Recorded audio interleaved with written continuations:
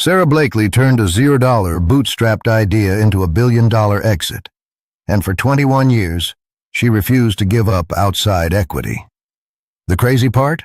Spanx was profitable from the very first month, according to Blakely herself. Spanx didn't start in a boardroom with venture capital and slide decks.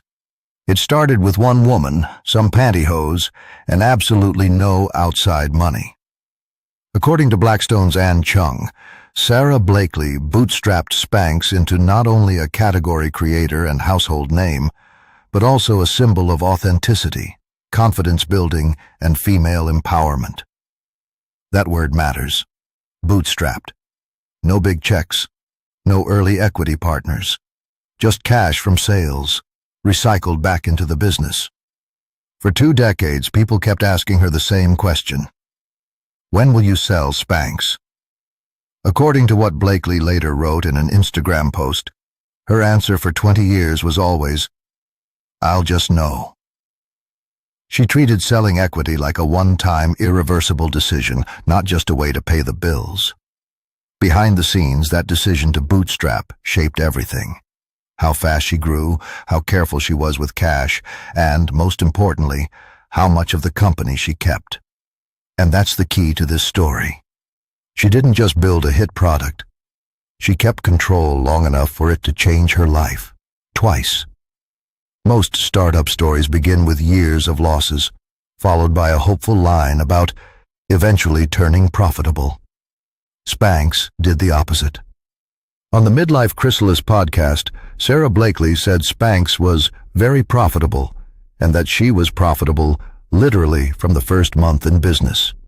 She even calls that wildly interesting now that she's learned more about how startups usually operate. Why was she profitable that fast? In her own words, she was bootstrapping it so much. No venture burn, no luxury offices, no safety net. That forced her to price properly, sell aggressively, and keep costs brutally low. Instead of chasing growth at any cost, she chased growth she could actually afford. Every order mattered. Every dollar of margin stayed inside the company, compounding into inventory, hiring, and marketing. Bootstrapping didn't just keep her cap table clean. It forced a level of discipline that made profit the default, not a distant dream. Turning down money sounds insane when you're just starting out. But that was Sarah Blakely's superpower. According to Forbes, she declined to accept outside funding until Blackstone's majority investment more than 20 years after founding Spanx. That means all those years of building a category-creating household name brand were done without giving up equity to early investors. That also meant no investor telling her to water down the brand, no forced timelines to sell, and no one pushing her into short-term decisions for a faster exit. By the time she finally did choose a partner, it was on her terms. Blackstone's Ann Chung called her an iconic businesswoman who bootstrapped Spanx into a category creator and household name. They weren't funding a risky experiment. They were buying into a proven, profitable machine. When you accept equity money early, you're usually selling a piece of your future before you know what it's worth. Blakely flipped that script. She built the value first, then decided who was allowed to buy in. Holding on to ownership is only half the story. The other half is what happens when you finally let some of it go. In late 2021, Spanx announced a deal with Blackstone. According to Forbes, Blackstone bought a majority of Spanx, turning Sarah Blakely into a billionaire again. Forbes estimates her net worth at $1.2 billion after the deal, including her Spanx stake, a small stake in the NBA's Atlanta Hawks, and nearly $40 million worth of real estate.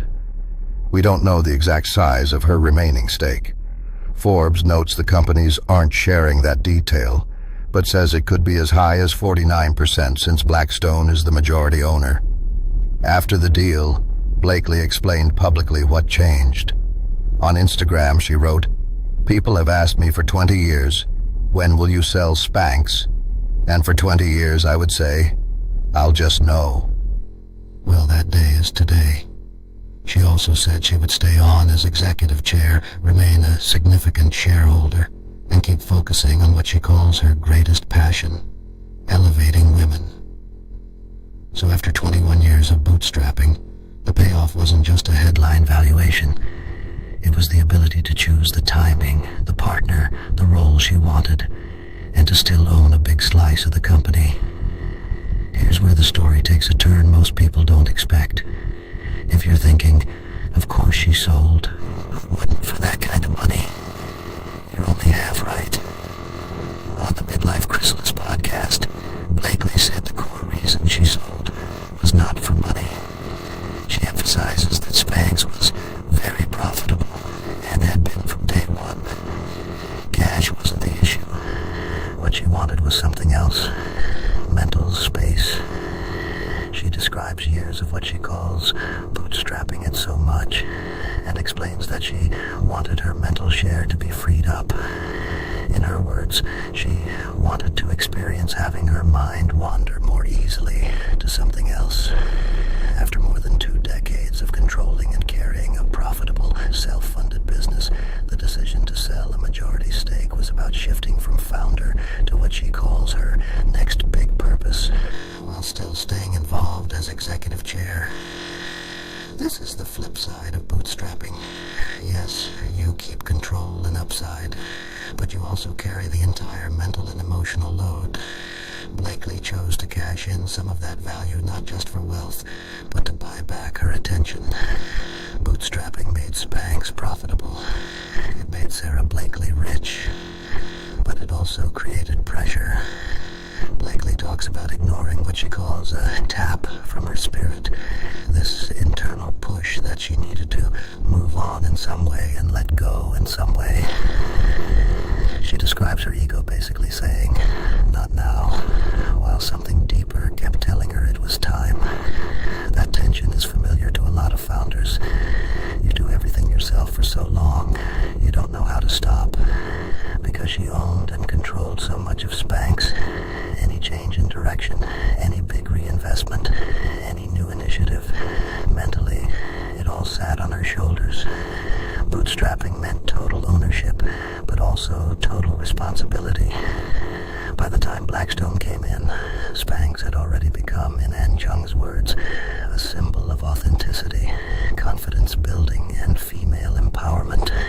The company was profitable and proven, yet Blakely still described needing that mental permission to let go. The lesson under the surface: bootstrapping aligns the money with you. But if you're not careful, it can misalign your time, your energy, and what you actually want your life to look like. Sarah Blakely's journey with Spanx is not a fairy tale about a lucky product. According to Forbes, she became a billionaire again when she finally sold a majority stake after decades of declining outside funding. According to Blackstone's Ann Chung, she bootstrapped the company into a category-defining brand. And according to Blakely herself, the business was profitable from the first month because she was willing to bootstrap it so much. The through line is clear. She kept ownership long enough for it to matter, but she didn't cling to it forever. She used that ownership to choose the right moment, the right partner, and the right role for her next phase. If you're building something today, the question isn't, should I bootstrap or raise money? The better question is, what am I trading for this money, and when do I actually want to trade it? Bootstrapping, done Blakely style, has 2 rules. 1, make profit a habit, not a someday goal. 2, treat equity like a one-time weapon. Don't fire it until it can change your life. Hold on to enough ownership that when you finally do sell a piece, it's not plugging a hole, it's buying you freedom. Bootstrapping isn't about starving your business. It's about protecting your ownership long enough that when you finally sell a piece of it, the equity you give up can genuinely change your life, not just keep the lights on. If you're building a business and want to keep more of the upside like Sarah Blakely did, hit subscribe. In future episodes, we'll autopsy other founders' cap tables who gave away too much, who held on too long, and who got it just right so you can copy the playbook, not the mistake.